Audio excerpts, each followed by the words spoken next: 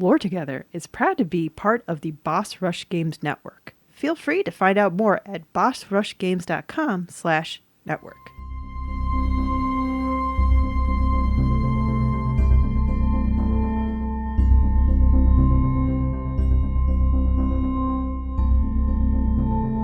Hi, I'm Safi. And I'm Mystic. And this is Lore Together. This is the podcast where a husband and wife team go over all the storytelling, world building, and characters of video games. Because it's what we like to do together. We lore together. Yep, and this is episode 130. Ooh, I like that number. Any particular reason? No, it just feels like official without any reason. I don't know. It just feels good. Okay. Like the Tony Tone song, it feels good. Before we get into the episode, if you'd like to contact us, you can do that in many different ways. Down in the description, you'll find links for Instagram, Blue Sky, Mastodon, Reddit, YouTube, and Steam. If you'd like to contact us via email, you can do that at loretogether@gmail.com. You can also find all this information over on our website, loretogether.com. And if you'd like to support the podcast, and we hope you do, there's two ways you can do that. First is by giving us a good review wherever you're listening, thumbs up, 5 stars, whatever it is, we appreciate it. The other way is by supporting us on Patreon at patreon.com/loretogether, where you can pay a per episode pledge to get early access episodes, exclusive access to some Let's Plays, voting rights, and other Let's Plays that are public. Yes. What else am I missing? Mini episodes, which we have one eventually coming up soon, whenever we get a chance to record it, as well as access to the sometime in the future Safi audiobook of Primal Rage Prophet's Power. No, not Prophet's Power. That's Unreal. Yes. Avatars. Yeah. So, Primal Rage Avatars. Also, something I'm putting out there, Mystic, that I may not have consulted with you. Yes, that's fine. I know what this is going to be. I'm releasing a book January 30th, so patrons at $2 and above will get a early EPUB of it. I think that's fair because you guys have been supporting us for all this time, and I like to give something. If a sci-fi story about a woman on the run who's struggling to whether or not to do the right thing, even though it risks her family, is not something you want, feel free to forward it on to somebody else who would like it. She's right. She did not discuss this with me beforehand. Sorry. But that's okay. On January 30th, at least to e-readers, I don't know about the physical copies, my debut novel, Mother Revolution, a sci-fi novel, will be coming out. I've always wanted to publish a book, and I am at the point in my life where I'm just like, I'm doing it. So we're going to do it. And as a thank you, I'm giving it to patrons $2 and above. Outside of that, though, that's pretty much it, right? Like... Yeah. Thanks for listening. No, just kidding. That's it for the intro, I should say. Oh my gosh. Talk about being a writer and then you get your phrasing all wrong. Oh man. So we're heading back to one of your favorite genres. Is it a racing game? Racing game with a story. That'd be fun. I know there are some, but yeah, I don't own them. Okay. Point and click adventure game. Oh, I do hate these. I hate these so much. This one is from LucasArts, much like The Dig was way back in episode 7. Well, at least the story there was solid, so I'm not entirely mad at you. And it's from 1990. Do you have any guesses before I give you the big hint? Oh, point and click adventure. It's LucasArts, so it's not anything like King's Quest or anything like that. It's not tied into a major property. I can't think of it off the top of my head. This one also deals with a swashbuckling adventure. Oh, gosh. Secrets of Monkey Island. Secret of Monkey Island. Oh, man. There it is. We were going to get here sooner or later, guys. I'm going to hate this whole playthrough when we do it.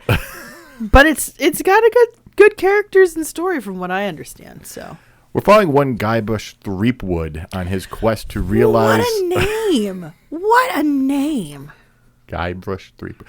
So I think there is a kid eventually, and it's like Boybrush. It's like Boybrush Threepwood. I don't know that. The first time I ever saw the name was doing the research for this episode. I never played Monkey Island beyond like the first one when I played it. Okay.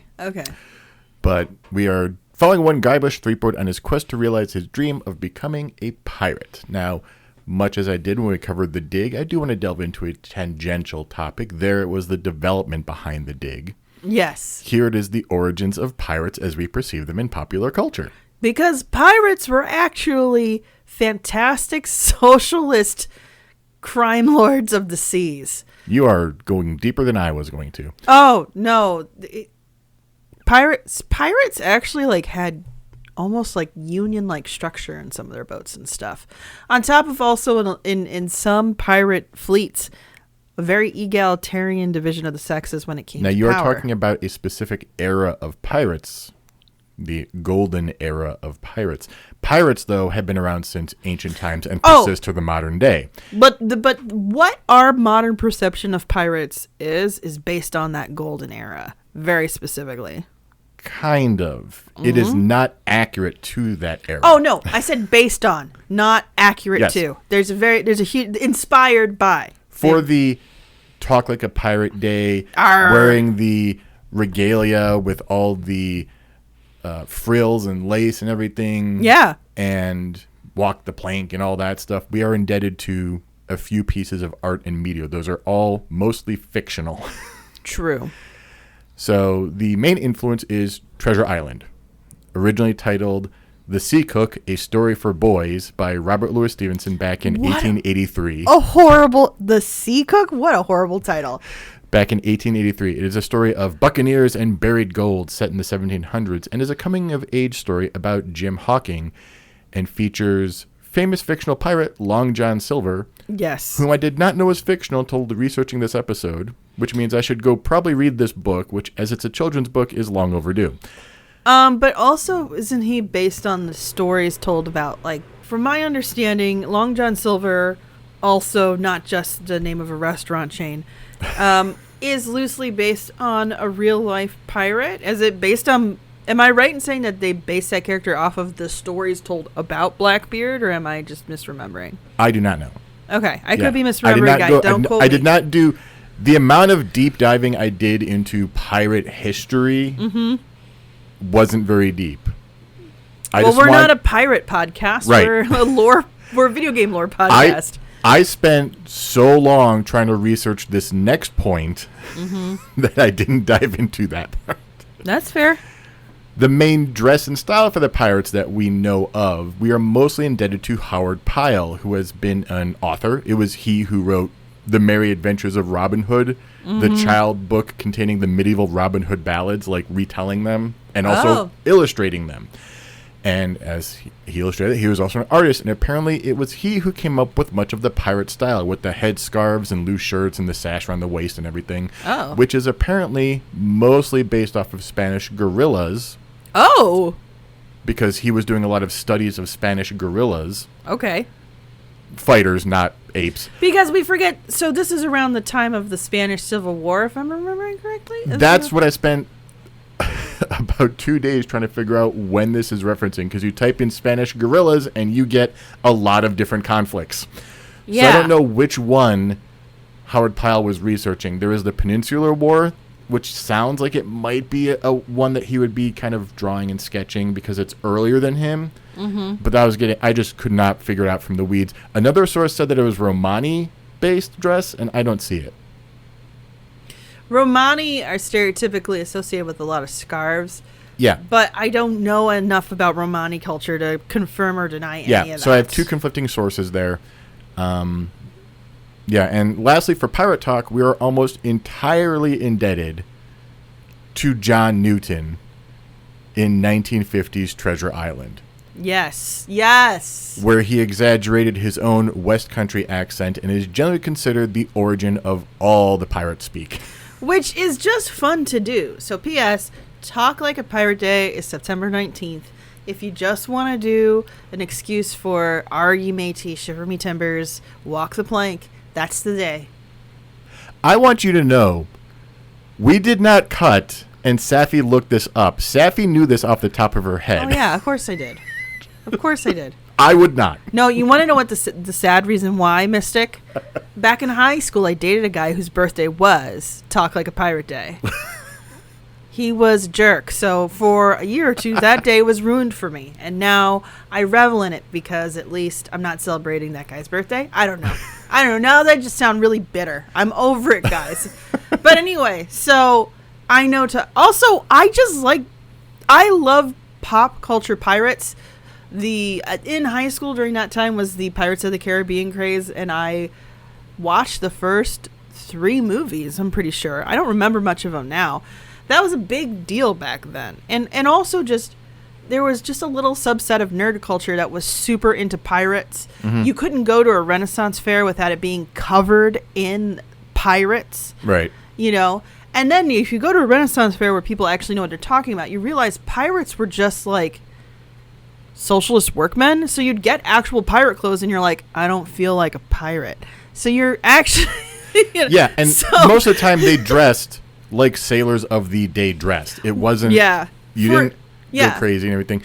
A lot of pirates would start with, when they start their crew, it would be just a canoe or a small whatever, and you basically steal your way up the chain. Yeah. Or you get recruited in port because you're like some foundling or something, and you're like, look, I'll pay you 2 pieces of gold if you come here and swab these decks. Oh, sure, I ain't doing nothing else here. Now, it was not like a job you got.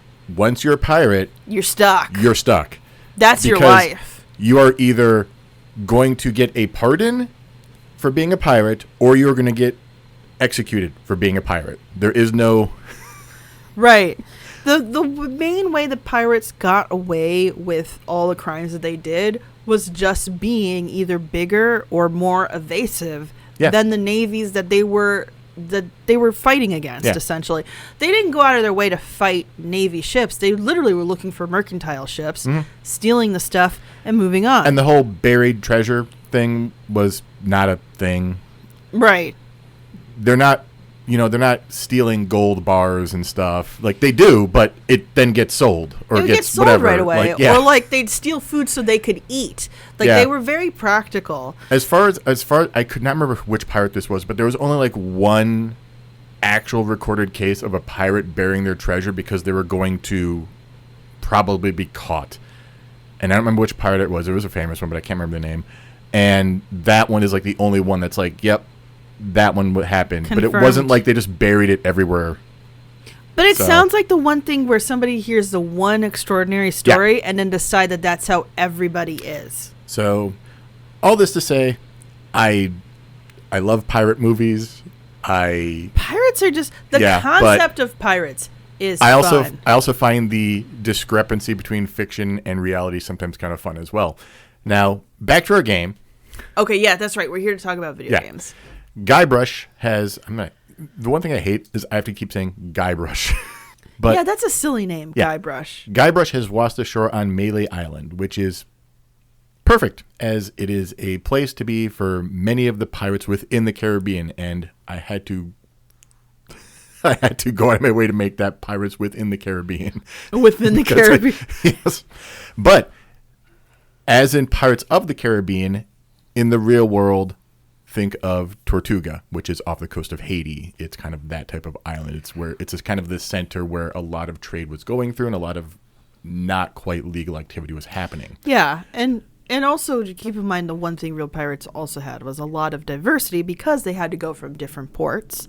Right. So there was as long as y'all spoke one common language, y'all would have to get along enough to do business. Surprisingly, the one thing I did find out is that they were not actively freeing slaves. If they attacked a merchant vessel that happened to be a slave ship, they may allow the slaves to join the crew, or they may just put them back on shore, which resulted in them being enslaved again.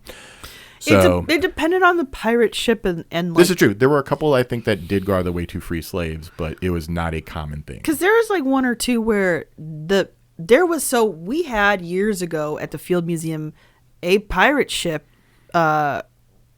excavation exhibit, if I remember correctly.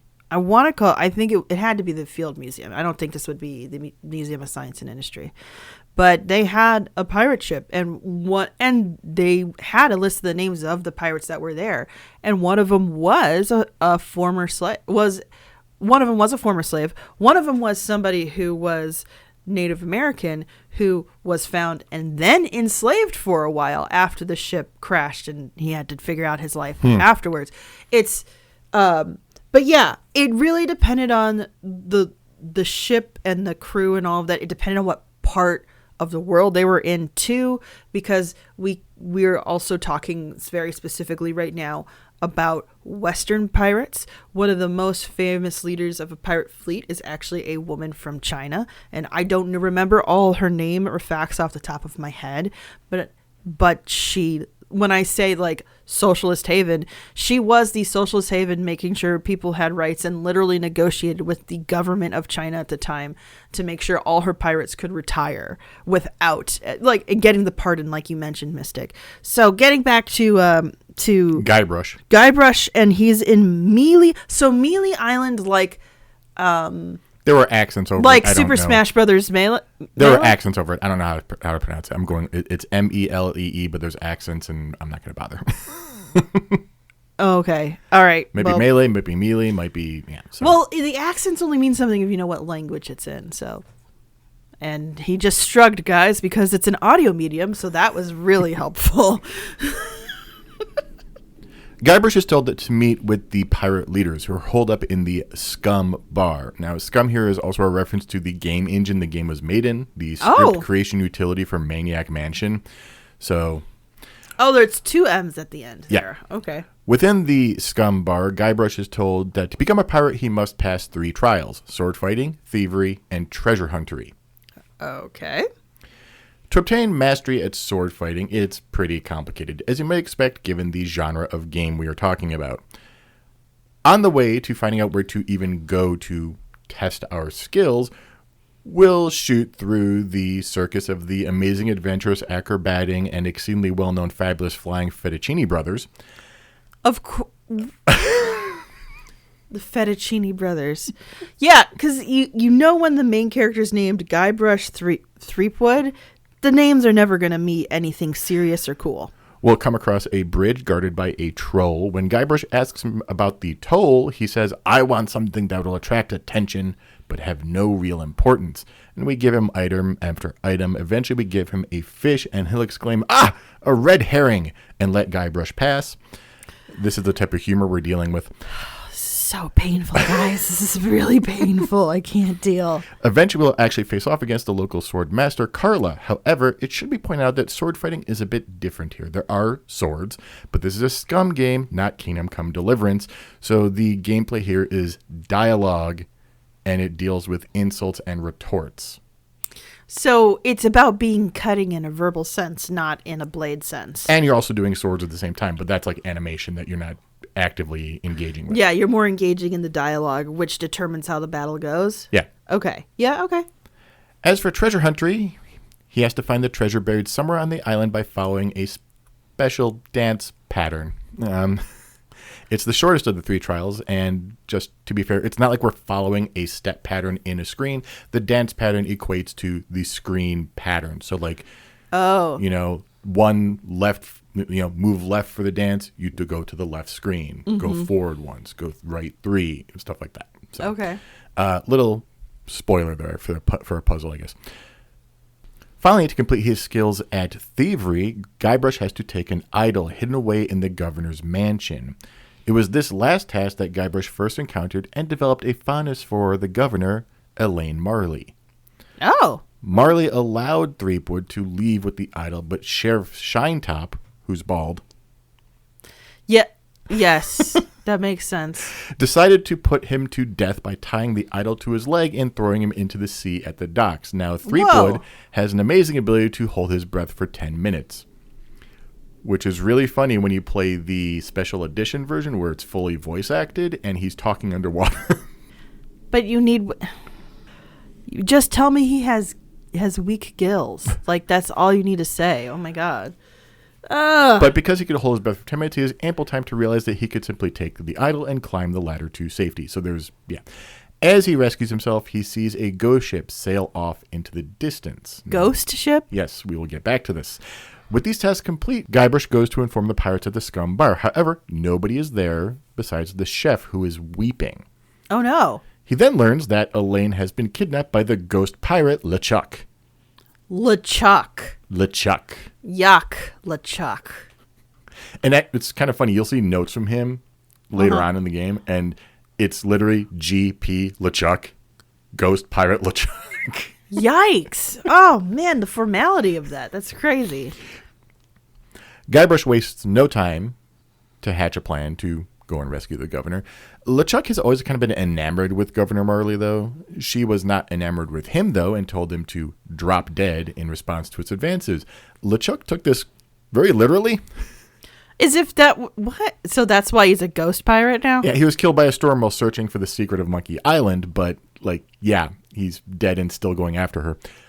So he dropped dead and said, oh, we still have time. Okay. Yeah. So that's who has the governor. Guybrush, meanwhile, has managed to acquire a sizable amount of loot from the local storekeeper in order to purchase the Sea Monkey, a ship from Stan at Stan's previously owned vessels. Oh, okay. Then he gathers a crew consisting of Carla, the former swordmaster, Otis, a local criminal with a bad case of halitosis. Oh, I think I've heard of this character before. And Meat Hook, a tough guy filled with tattoos. Okay. It is during these travels while he's gathering his crew all over Melee Island that Guybrush first has to use, he can acquire it earlier in the game, but he first has to use the rubber chicken with the pulley in the middle. Rubber chicken with the pulley in the middle. So for the time of pirates, not that this is going to be historically accurate at all, but the rubber chicken.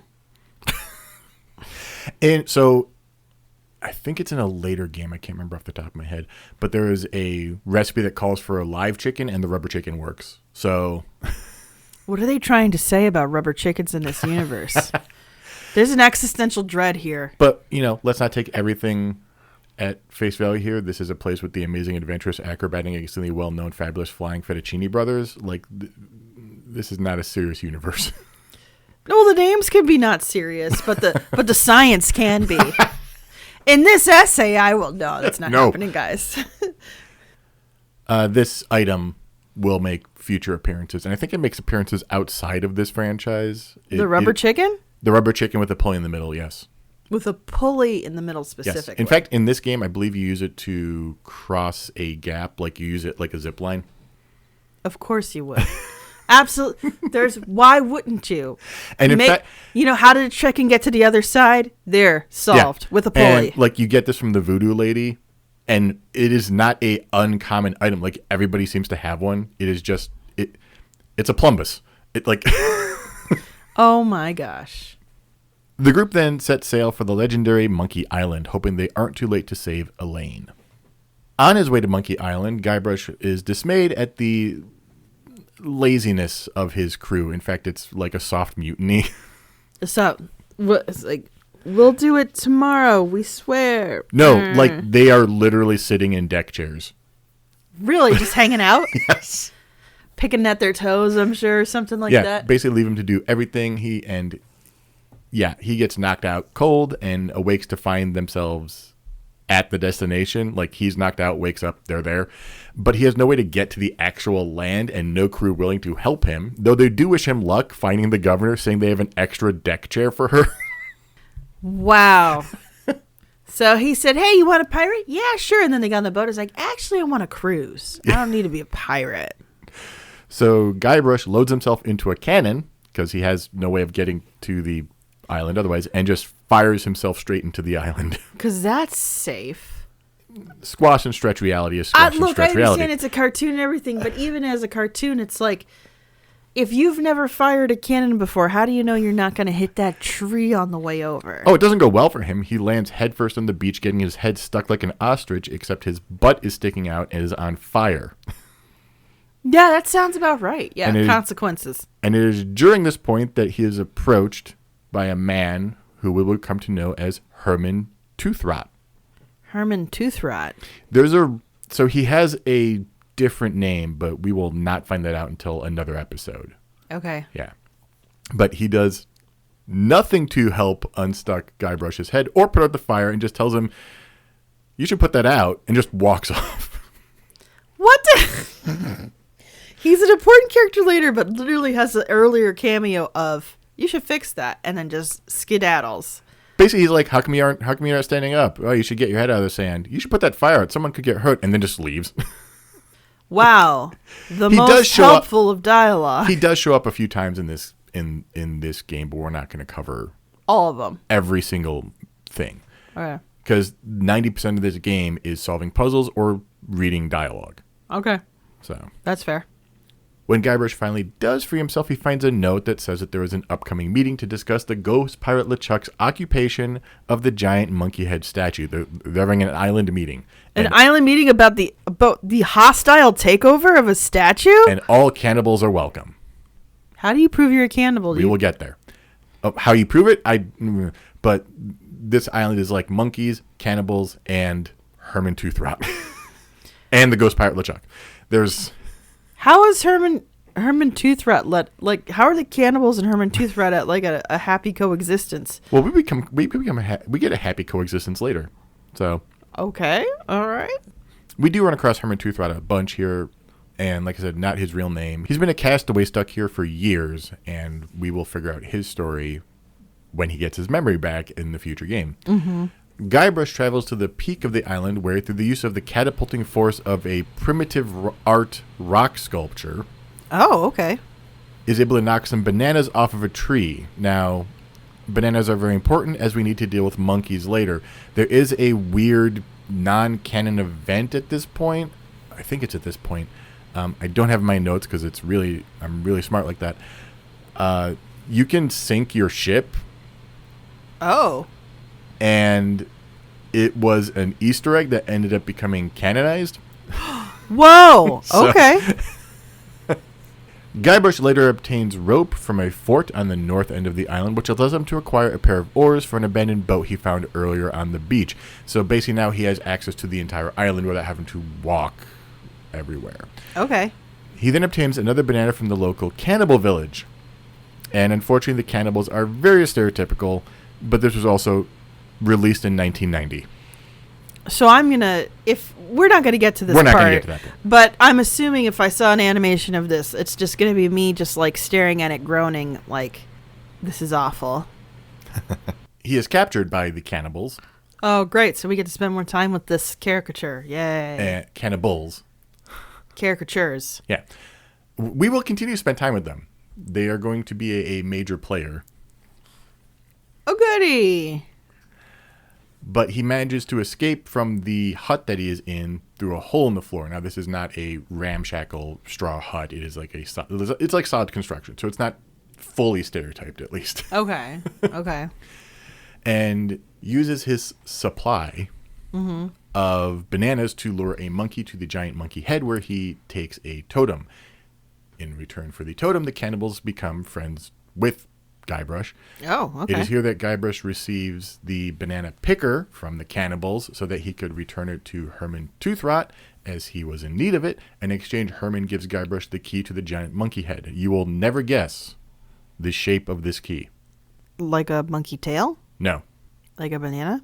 No. One more guess. It's for a giant head.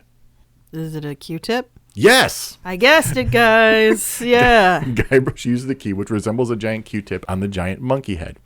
As he descends into the dark and hellish realm beneath, he realizes that it's impossible to figure out how to find his way without some help. Basically, it's a giant maze. Luckily, the cannibals have a shrunken and sentient head of an old navigator, which they use for special occasions.